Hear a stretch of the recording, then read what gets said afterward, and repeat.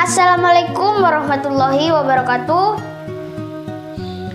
Kali ini saya akan menceritakan kembali kisah Umar bin Khattab. Masya Allah. Nah, Umar bin Khattab ini siapa? Umar bin Khattab adalah khalifah kedua yang menjadi pengganti Abu Bakar As-Siddiq, yaitu sahabat Rasulullah Shallallahu Alaihi Wasallam. Umar bin Khattab adalah orang yang sangat pemberani dan menjadi orang yang sangat pembeda, sehingga Umar bin Khattab dijuluki Al-Faruq, yaitu pembeda. Nama lengkap dari Umar bin Khattab adalah Umar bin Khattab bin Abdul Uzza, sedangkan ayah dari Umar bin Khattab bernama panjang Khattab bin Naufal Al-Quraisy.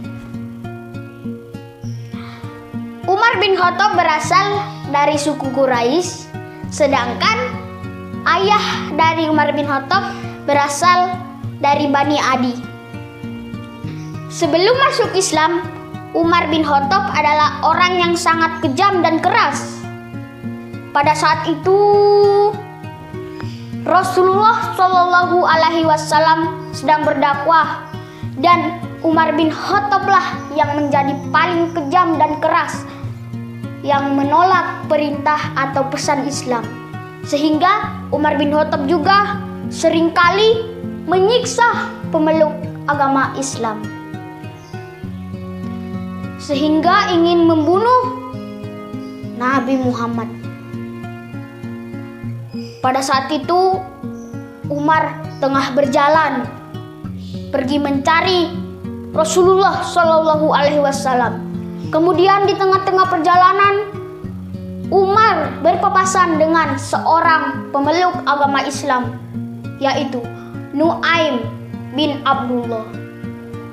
Tanpa takut, Nu'aim bin Abdullah berkata kepada Umar bin Khattab, "Wahai Umar bin Khattab, saudara perempuanmu telah memeluk agama Islam." Umar bin Khattab terkejut mendengar penjelasan Nu'aim bin Abdullah itu. Maka Umar bin Khattab murka. Ia pulang ke rumah melihat saudara perempuannya membaca ayat-ayat Al-Quran, yaitu surat Toha. Umar bin Khattab memukul saudara perempuannya, menyiksanya. Ketika sudah menyiksa, Umar bin Khattab menjadi iba. Umar bin Khattab tiba-tiba ingin melihat ayat Al-Quran yang dibaca dan ingin mendengarkannya. Sehingga itu Umar bin Khattab sangat terguncang dengan ayat Al-Quran. Maka pada hari itu Umar bin Khattab memeluk agama Islam. Masya Allah.